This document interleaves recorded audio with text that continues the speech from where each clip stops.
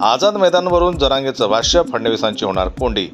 जरांगेंचा U turn, प्राण गेले तरी आझाद मैदान सोडणार नाही. जरांगे यांचा मास्टर स्ट्रोक, गणेश भक्तांच्या मनात सॉफ्ट कॉर्नर निर्माण करण्याचा प्रयत्न. ओबीसींच्या कळपात लांडगे घुसले तर मेंढरांचं काय होईल, हाकेंचा सवाल. जरांगेंच्या उपोषणावरून लक्ष्मण हाकेंचा मोठा दावा.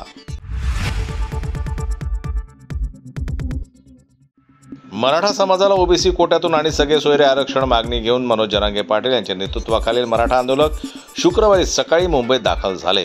सकाळी 10 वाजता आझाद मैदानात जरांगे यांनी उपोषणाला सुरुवात केली.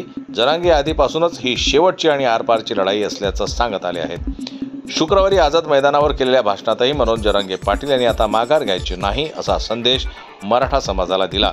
यावेळी मनोज जरांगे यांनी टाकलेले 2 डाव सध्या चर्चेचा विषय ठरत आहेत. जरांगे पाटलांनी टाकलेल्या 2 डावांमुळे महायुती सरकार आणि मुख्यमंत्री देवेंद्र फडणवीस यांची कोंडी होण्याची शक्यता आहे. मुंबई उच्च न्यायालयाने मनोज जरांगे पाटील यांच्यासह 5,000 मराठा आंदोलकांना आझाद मैदानावर 8 तास उपोषण करण्याची परवानगी दिली होती. त्यामुळे मनोज जरांगे आज सकाळी 10 ते संध्याकाळी 5 वाजेपर्यंतच उपोषणाला बसणार होते. मात्र आझाद मैदानावर भाषणाला उभे राहतात जरांगेंनी आता मराठा आरक्षण मिळाल्याशिवाय माघार घेणार नाही असा इरादा जाहीर केला. सरकारनं आम्हाला बेमुदत उपोषण करण्याची परवानगी द्यावी असं त्यांनी म्हटलंय. मराठ्यांना विजय मिळवून दिल्याशिवाय, डोक्यावर गुलाल पडल्याशिवाय इथून कोणी हलायचं नाही. मला गोळ्या घातल्या तरी चालेल, पण आता समाजाच्या मागण्या पूर्ण केल्याशिवाय मागे हटणार नाही. त्यामुळे जरांगे आता आझाद मैदानावरच ठाण मांडून राहिल्यावर काय करायचे हा मोठा प्रश्न महायुती सरकारसमोर आवासून उभा राहिला आहे.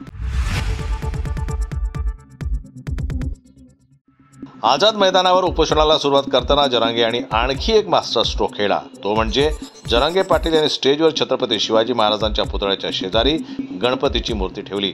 जरांगे उपोषणाला बसण्यापूर्वी स्टेजवर गणपतीची मूर्ती आणण्यात आली.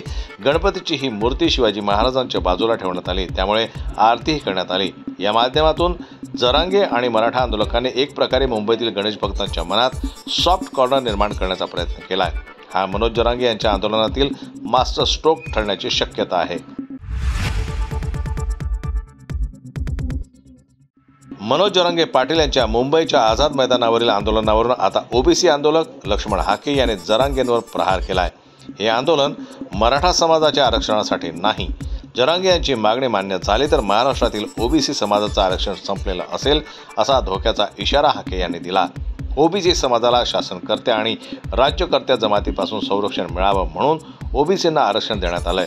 मात्र या जमातीपासून त्यांना संरक्षण पाहिजे तेच सगळे लांडगे ओबीसींच्या कळपात घुसले तर मेंढरांचं काय होईल असा सवालही हाके यांनी उपस्थित केलाय.